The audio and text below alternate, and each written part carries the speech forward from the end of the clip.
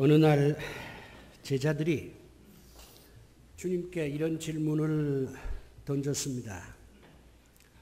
주님,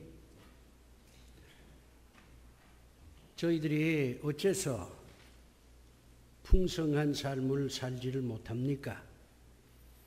주님께서 늘 말씀하시는 대로 주님이 이 땅에 오신 것은 생명을 살리기 위해서 오셨고, 그 다음에 많은 사람들이 풍성한 삶을 살 수 있도록 그 길을 안내하기 위해서 오셨다는데, 저희는 아무리 생각해도 풍성한 삶을 살지를 못하고 있습니다. 행복한 삶을 살지 못하고 있습니다. 보람 있는 삶을 살지 못하고 있습니다. 어째서 우리가 이렇게 풍성한 삶을, 보람 있는 삶을, 행복한 삶을, 성공적인 삶을 살지를 못합니까? 대답 좀 해주세요. 이렇게 제자들이 아주 예수님께 도전적으로 질문을 했습니다. 그랬더니 우리 주님께서 대답하시기를, 그거야 여러 가지 원인이 있다. 그 여러 가지 원인 가운데 한 가지가 있는데, 그것은 너희들에게 이렇게 저렇게 다양한 원인 때문에 생기는 근심과 걱정, 이 장벽을 너희들이 뛰어넘지 못하기 때문에 풍성한 삶을 살지를 못하는 것이다. 만약 너희들이 이런 저런 원인 때문에 생기는 근심과 걱정, 이 장벽을 뛰어넘을 수만 있다면 너희들은 얼마든지 풍성한 삶을 살 수 있고, 행복한 삶을 살 수 있고, 보람 있는 삶을 살 수가 있다. 그렇게 대답을 해 주셨습니다. 오늘 비유 말씀은 씨 뿌리는 비유입니다. 우리가 이제 하나님의 말씀을 많이 들어도 믿음이 자라질 않고, 하나님의 말씀을 많이 들어도 마음에 평안이 없고, 하나님의 말씀을 많이 들어도 어떤 아름다운 영적 열매를 맺지 못하는 그 원인에 대해서 주님께서 말씀하신 아주 비유 중에 비유입니다. 이제 오늘 본문 보면 중요한 단어가 몇 가지 등장합니다. 환난이나 핍박이란 말도 등장하고, 그 다음에 염려, 근심이라고 하는 말도 등장합니다. 재물의 유혹이라고 하는 말도 등장하고, 덧없는 욕심이라고 하는 그런 말도 등장합니다. 이런 것들, 환난, 핍박, 근심, 걱정, 재물의 유혹, 그리고 허탄한 욕심, 이런 것들이 다 장벽인데, 이러한 장벽을 뚫고 넘어가질 못하면 믿음이 자라질 못한다. 아름답고 좋은 여러 가지 열매를 맺지 못한다. 그러니까 이제부터 너희들에게 주어지는 근심과 걱정, 그리고 어떤 허탄한 욕심, 그리고 주어지는 박해와 환난, 이러한 장벽을 뛰어넘어야 한다. 이렇게 우리 주님께서 말씀을 하십니다. 많은 사람들은요, 근심과 걱정, 환난과 핍박, 재물의 유혹, 그리고 허탄한데 그 마음을 뺏기는 어리석은 욕망, 이런 것들을 이제 가지고 삽니다. 그리고 그것을 뛰어넘어야 될 텐데 뛰어넘지를 못해요. 물론 사람들이 각기 자기 나름대로 노력을 합니다. 어떻게 하든지 나한테 주어지는 이런 여러 가지 그 장벽을 내가 뚫고 그 장벽을 뛰어넘어서 저 넓은 초원에 가서 한번 보람 있는 삶을 살아보리라 이렇게 생각을 해서 그 장벽을 뛰어넘으려고 무진 애를 써요. 여러 가지 방법을 다 동원합니다.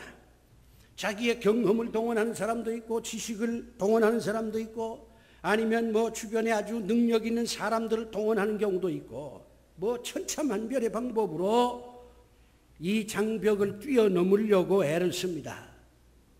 다행히 이 장벽을 뛰어넘는 경우도 사실 많습니다.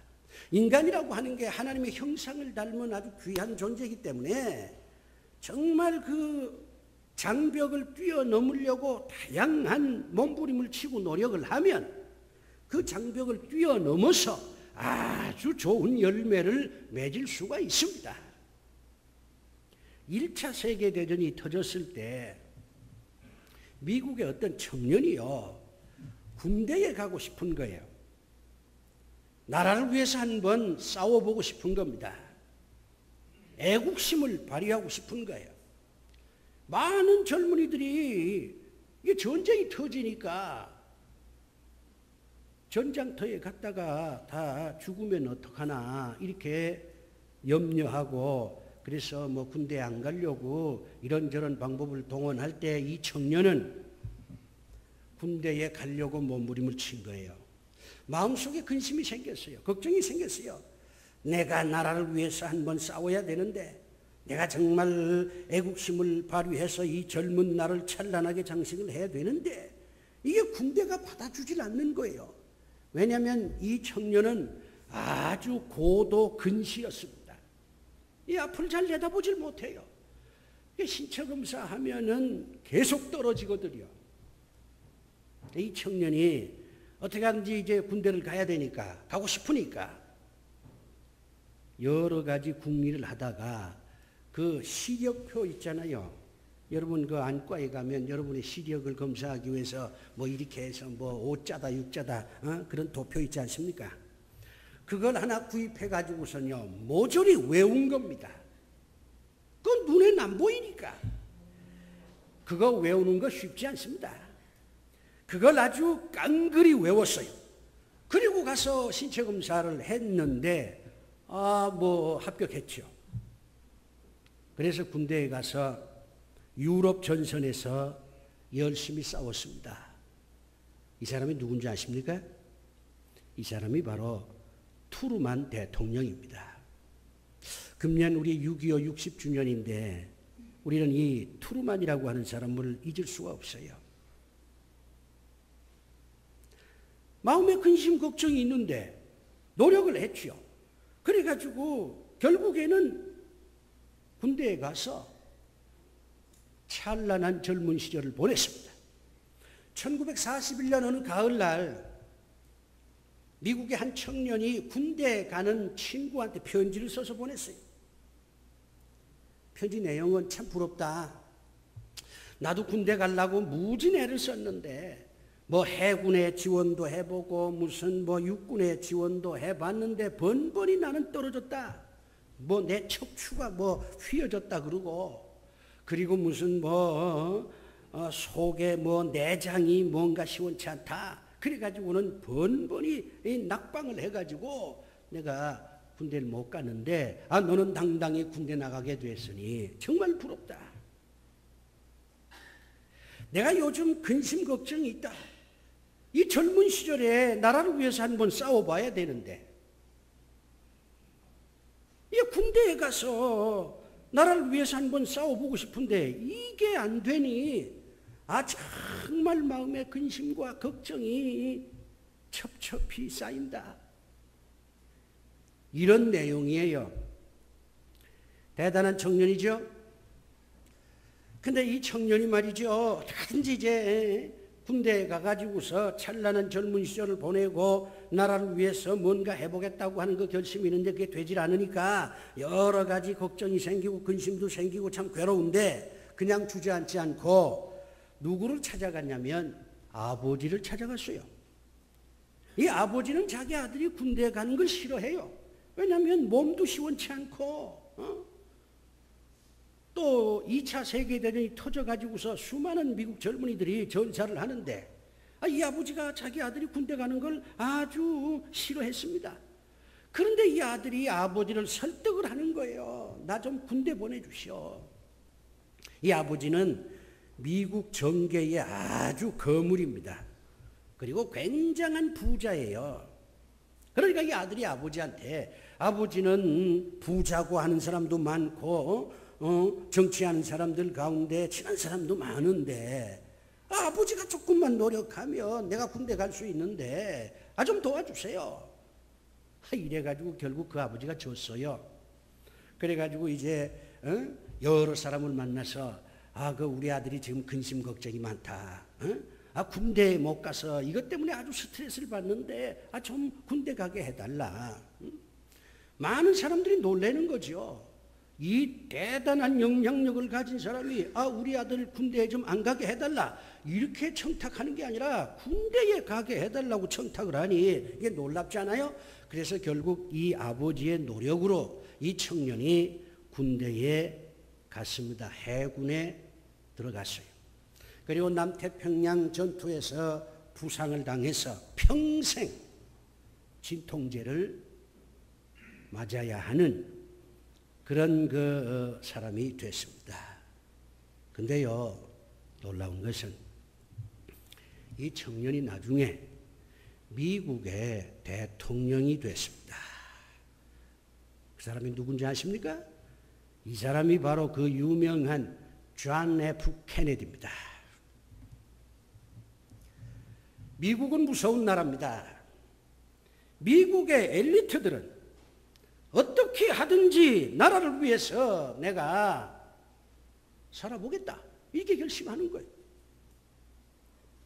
남들은 군대에 가는 게 근심 걱정인데 군대에 못 가는 게 이 사람들 근심 걱정이에요.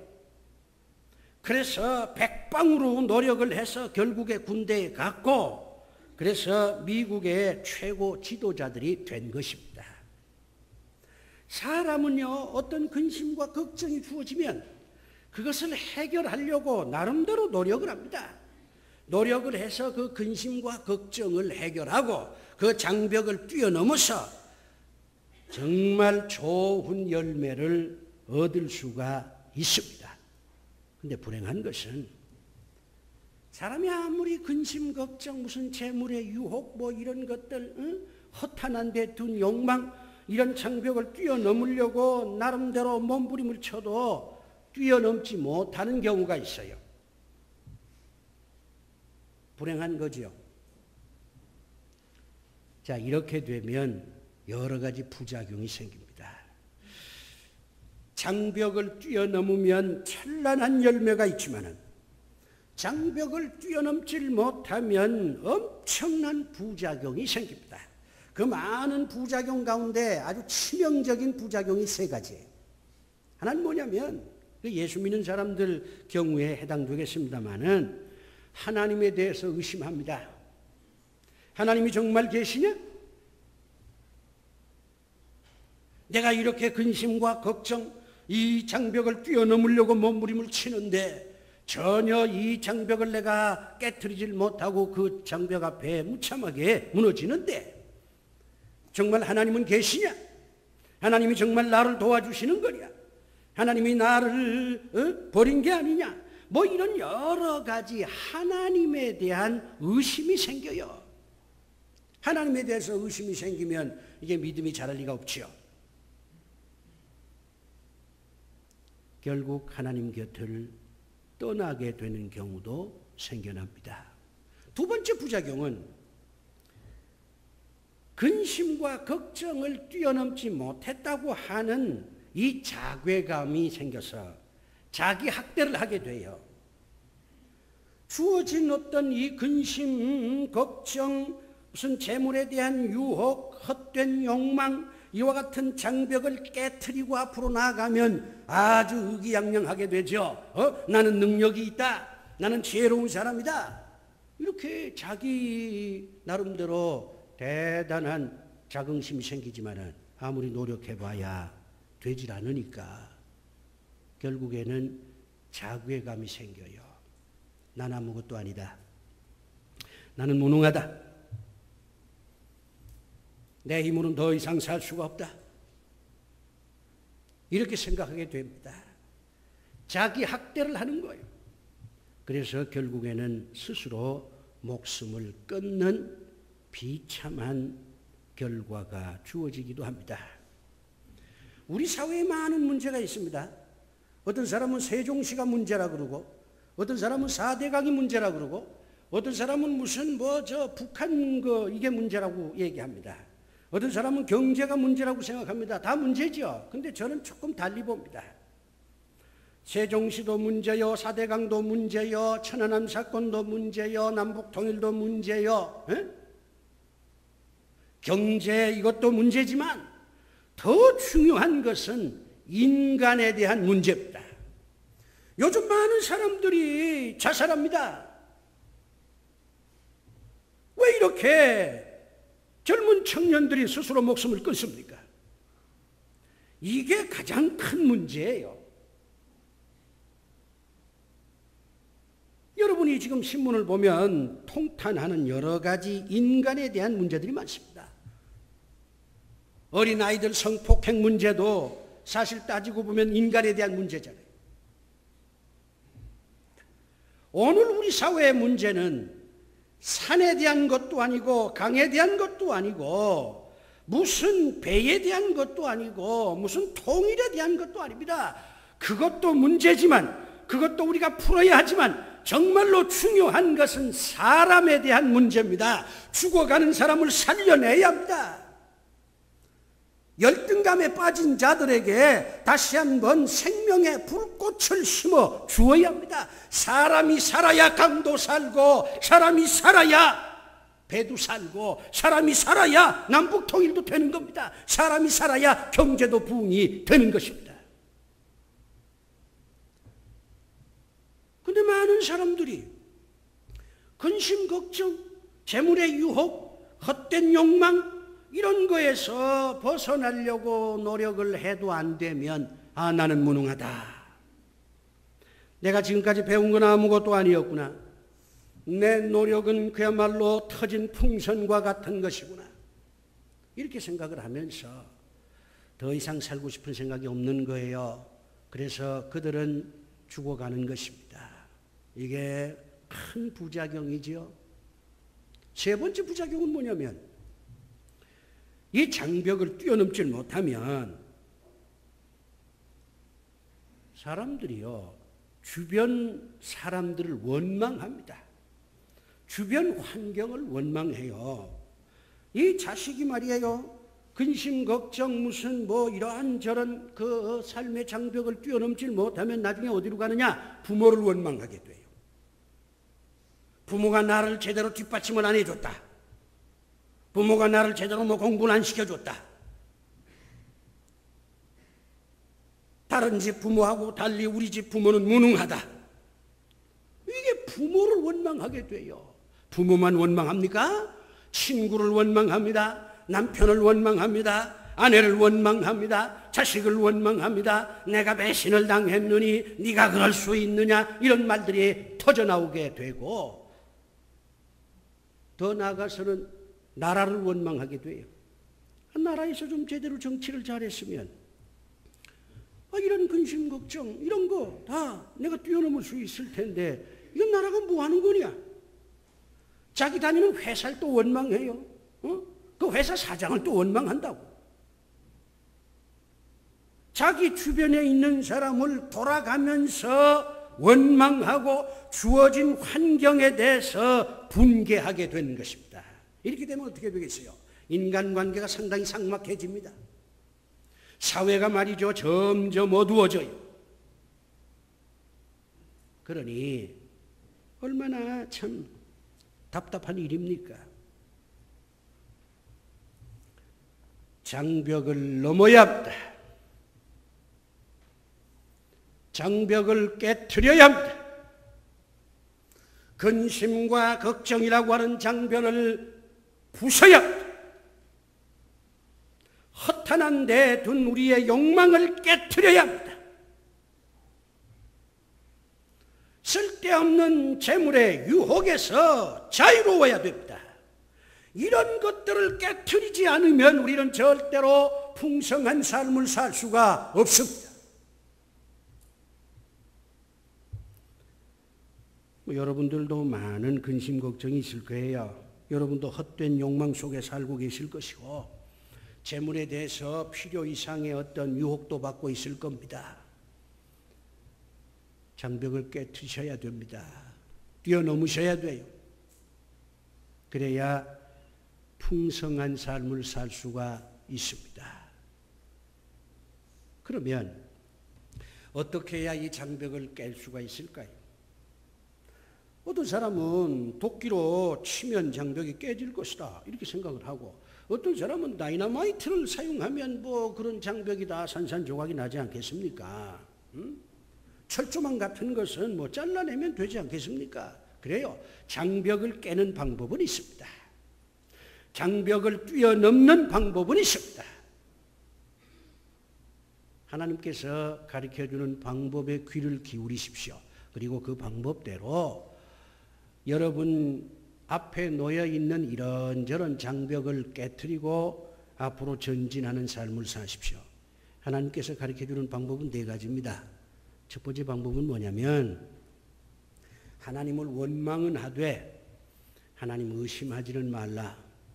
하나님 원망할 수 있지요. 사랑하는 사람은 서로 원망할 수 있습니다.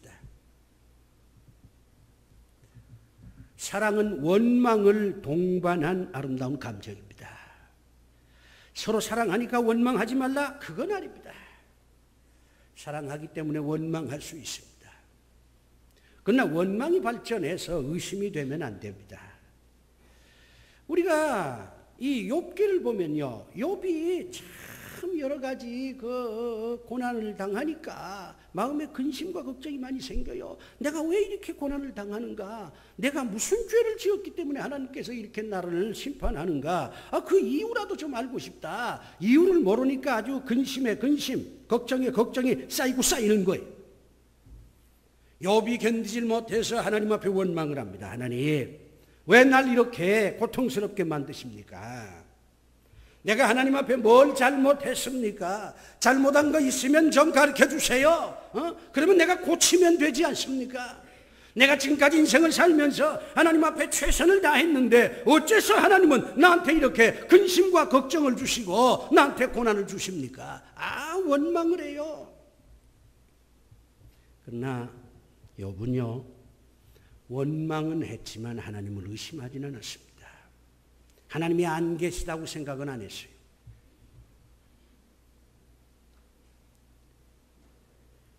여러분이 근심과 걱정이 있어서 그것을 해결하는 과정에서 하나님에 대해서 원망은 할 수 있어도 하나님을 의심하면 안 됩니다. 하나님은 없다.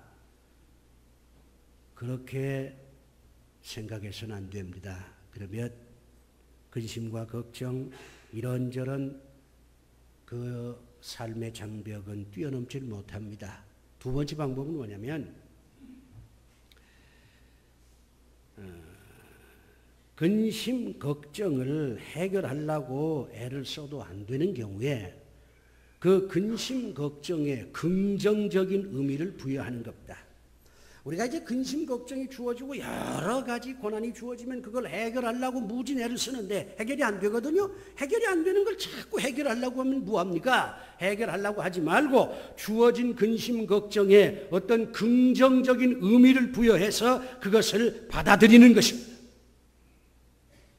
우리가 근심, 걱정을 해결해야만 된다, 이런 강박관념에 사로잡힐 필요가 없어요. 근심, 걱정을 해결하되 해결하지 못하면 그걸 받아들이고 거기에 긍정적인 어떤 좋은 의미를 부여하는 것입니다. 그 대표적인 사람이 요셉입니다. 요셉이 억울한 누명을 쓰고 감옥에 들어갔습니다. 감옥 안에서 근심, 걱정이 많이 생겼어요. 내가 평생 이렇게 감옥에서 고생하다가 죽게 되겠구나. 이거 너무 억울하다. 그리고 지금까지 나를 알고 있던 많은 사람들이 얼마나 나에 대해서 실망했겠느냐. 요셉은 아주 훌륭한 청년이라고 생각을 했는데 무슨 주인집 말이지 아내를 유혹했다 하는 파렴치범이 돼가지고 감옥에 들어왔으니 내 주변에 있던 많은 사람들이 나를 얼마나 원망하고 얼마나 나에 대해서 실망하겠느냐. 그 생각하니까 참 마음이 아파요. 이 근심 걱정이 이게 해결이 안 돼.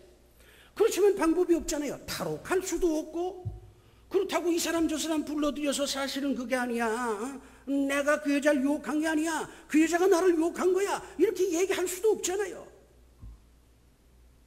근심 걱정은 있지만 그것을 해결할 방법이 없어요. 그때 요셉이 어떻게 한 줄 아십니까? 근심 걱정을 해결하려고 안 했어요. 내버려 두는 거죠. 그러면서 거기에 긍정적인 의미를 부여한 겁니다. 하나님이 어떤 선한 뜻이 계시겠지. 하나님께서 나를 훈련시키기 위해서 이러하셨을 거야. 절대로 하나님은 나를 평생 감옥에서 죽게 만들지 아니하실 거야. 내가 이렇게 억울한 누명을 쓰고 감옥에 들어와서 고생하는 거 다 나름대로 선한 뜻이 있을 거야. 이렇게 자기가 가지고 있는 근심 걱정에 의미를 부여하는 것입니다. 여러분들도 근심 걱정 해결 못하면 그냥 놔두세요. 놔두고 그 근심 걱정에 어떤 신앙적이고 긍정적인 의미를 부여해서 그것을 껴안아 버리세요.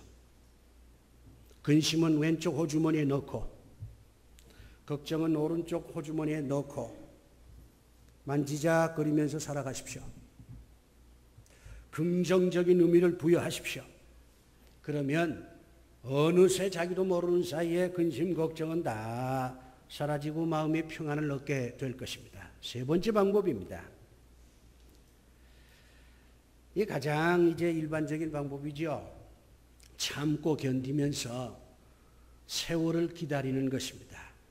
근심 걱정을 해결하려고 아무리 몸부림을 쳐도 이게 되지 않으면 참고 견디는 수밖에요. 그러면서 세월을 기다리는 겁니다. 그 유명한 말 있지 않습니까? 세월 이야기라고. 세월이 흐르면요, 모든 게 변합니다. 세월이 흐르면 근심도 걱정도 다 변합니다. 세월이 흐르면 그 허탄한 욕망도 다 순화가 됩니다. 세월이 흐르면요, 재물에 대한 그 지나친 욕심도 이거 허망한 거구나 하는 걸 깨닫게 됩니다. 세월 이야기예요. 그 가장 대표적인 사람이 다윗입니다. 다윗은 사울왕에 대해서 참 잘했어요.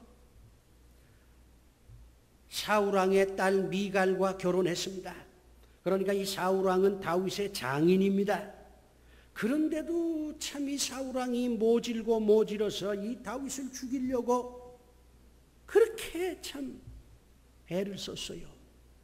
이 다윗은 억울하기도 하고 근심 걱정이 생기는 거예요. 화도 나고 말이죠. 사울왕을 만나서 따지고 싶은 욕심도 생기는 거예요. 세상에 이럴 수 있냐고 한번 논쟁도 좀 하고 싶은 생각이 있었습니다. 그런데 다윗이 가만히 생각해 보니까 이미 사울왕은 정신이 나간 사람이에요. 사울왕을 상대로 해서 아무리 얘기를 해봐야 소용이 없다는 걸 다윗은 알았습니다. 그래서 어떻게 한 줄 아십니까? 세월을 기다리자. 그래서 13년 동안 망명 생활을 했습니다. 13년이라고 하는 세월을 참고 견뎠어요. 그랬더니 하나님께서 사울왕을 심판했습니다. 사울왕이 전쟁터에서 전사를 했습니다. 그리고 나서 다윗이 이스라엘의 왕으로 추대가 된 거예요. 세월이 가면 근심 걱정, 여러분의 헛된 욕망, 불필요한 재물의 유혹, 이게 다 강물에 씻겨나는 그런 어떤 모래처럼 다 흩어지고 다 없어지고 다 깨어집니다. 해결할 수 없는 근심 걱정을 해결하려고 동분서주하는 어리석음에서 벗어나고 참고 견디면서 세월을 기다리십시오. 그러면 반드시 좋은 열매가 여러분에게 주어질 것입니다. 마지막, 근심과 걱정을 해결하려고 애를 써도 해결하지 못하면 이제는 근심 걱정을 해결하려고 하는 노력을 그만두고 딴 일을 열심히 하는 겁니다. 딴 일을 열심히 하는 거예요. 거기에 매여서, 그 근심 걱정에 매여서 밤잠을 못 자고, 그 헛된 욕망 때문에 마음이 괴롭고 그 불필요한 재물의 유혹에 마음 상하고 그러지 말고 그건 놔두고 다른 일에 몰두하는 것입니다. 대표적인 사람이 히스기야입니다. 히스기야가 병들었어요. 왕이니까 최고의 치료를 받았습니다. 용하다는 의사를 다 불렀어요. 외국의 의사들도 다 초청해서 병 치료를 하려고 했습니다. 병 때문에 근심 걱정이 생긴 거죠. 아무리 해봐도 병을 못 고칩니다. 히스기야가 어떻게 한 줄 아세요? 의사들 다 돌려보냅니다. 약도 이제 먹지 않습니다. 누가 용하다는 의사 추천하면 그만두라. 다 거절했어요. 그리고 히스기야가 다른 일을 했습니다. 다른 일이 뭔지 아십니까? 예루살렘 성전을 바라보면서 히스기야가 하나님 앞에 무릎을 꿇고 기도했습니다. 하나님 앞에 생명을 걸고 기도를 했어요. 근심 걱정을 해결하려고 무슨 의사를 불러대고 약을 먹고 무슨 운동을 하고 그런 거 다 잘라내고 그거 해봐도 안 되니까 다른 일을 한 것입니다. 신령한 일을 하는 것입니다. 하나님 앞에 엎드려서 간절히 기도합니다. 예루살렘 성전을 바라보면서 손을 들고 기도합니다. 여호와 아버지 하나님이여 나를 불쌍히 여겨 주시옵소서. 그랬더니 우리 하나님께서 감동을 받았어요. 그래서 히스기야가 건강을 되찾았습니다. 15년을 더 살았어요. 근심 걱정이 그 불안과 초조 그런 것들이 다 없어지고 마음의 평안을 얻게 됐습니다. 사랑하는 우리 성도 여러분, 근심 걱정이 많지요. 헛된 욕망 때문에 괴롭지요. 지나친 재물의 탐심 때문에 불편하지요. 어찌하겠습니까? 그 장벽 앞에 무릎을 꿇고 이제 나는 더 이상 아무런 희망이 없다. 그렇게 살아가실랍니까? 그러면 하나님께서 화를 내십니다. 하나님께서 실망하십니다. 여러분이 그와 같은 행동 때문에 우리 하나님께서 절망하십니다. 내 자식이 장벽을 뚫고 앞으로 나가질 못하고 장벽 앞에 무릎을 꿇고 인생에 대해서 항복하는 모습을 보시면서 우리의 아버지가 되시는 우리 하나님이 절망하십니다. 여러분이 하나님을 절망케 하는 죄를 범하고 싶습니까? 기도합시다. 아버지 하나님, 우리 앞을 가로막는 모든 장벽을 뛰어넘게 하여 주시옵소서. 예수님 이름으로 기도하옵나이다. 아멘. 자, 옆에 분하고 이렇게 인사합시다. 장벽을 뛰어넘읍시다. 네.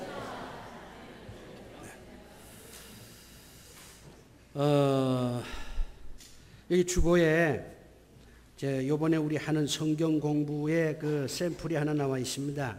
지금까지 성경 공부는 밖에서 교재를